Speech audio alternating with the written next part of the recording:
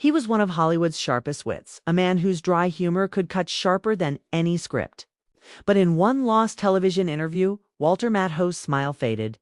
His patience snapped.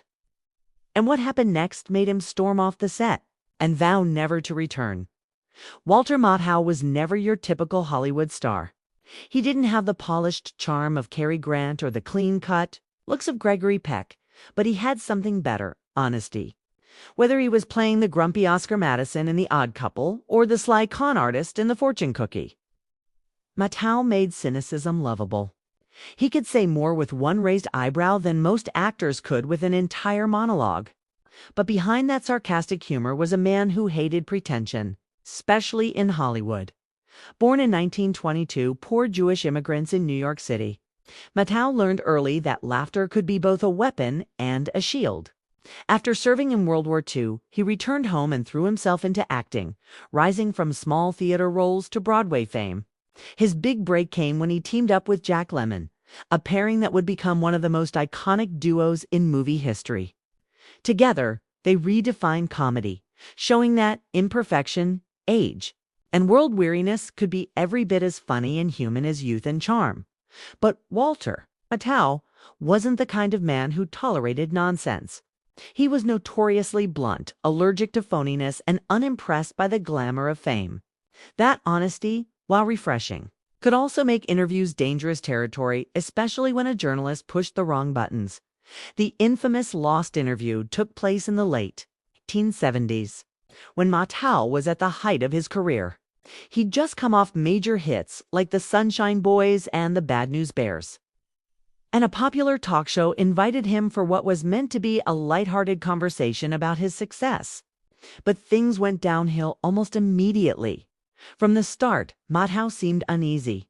The host, known for stirring controversy, began asking a series of overly personal questions, not about his films, but about his health, his marriage, and even his rumored temper. Walter, who had a famously short fuse for disrespect, tried to keep his cool, tossing out sarcastic one-liners to diffuse the tension. "You're very good at small talk," he quipped. "You should try it sometime with an adult." The audience laughed, but the host did in single quotes too. Instead, the interviewer pressed harder, implying that Matthau's grumpy screen persona wasn't acting at all, that he was just a bitter old man who couldn't get along with anyone. That was the moment the air changed. Matthau's smile dropped. He leaned back in his chair, folded his arms, and simply said, "You have no idea who I am, do you?" What followed became television legend. Matthau stood up mid-interview, removed his microphone, and walked off the stage without a word. The studio fell silent. The host tried to play it off as a joke, but it was clear something in that exchange had struck a nerve. That footage was pulled from future broadcasts and rarely seen again. For years it circulated quietly in media archives, whispered about but never aired in full. When asked later about the incident, Matthau refused to name the interviewer or discuss the details. All he said was, "I don't do shows that confuse honesty with insult." From that day on, he avoided live talk shows entirely. He preferred to let his films speak for him, and they did. Brilliantly. Walter Matthau continued acting until his health declined in the 1990s, leaving behind a legacy of wit, authenticity, and timeless humor.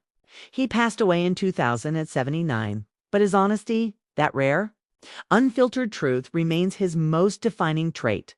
So when people rediscovered that lost interview decades later, it wasn't the outburst that shocked them. It was the reminder that Matthau never played the Hollywood game. He didn't fake charm, he didn't flatter for fame, and he didn't pretend to be anyone but himself. And maybe that's why, even after all these years, Walter Matthau still feels more real than most stars ever will.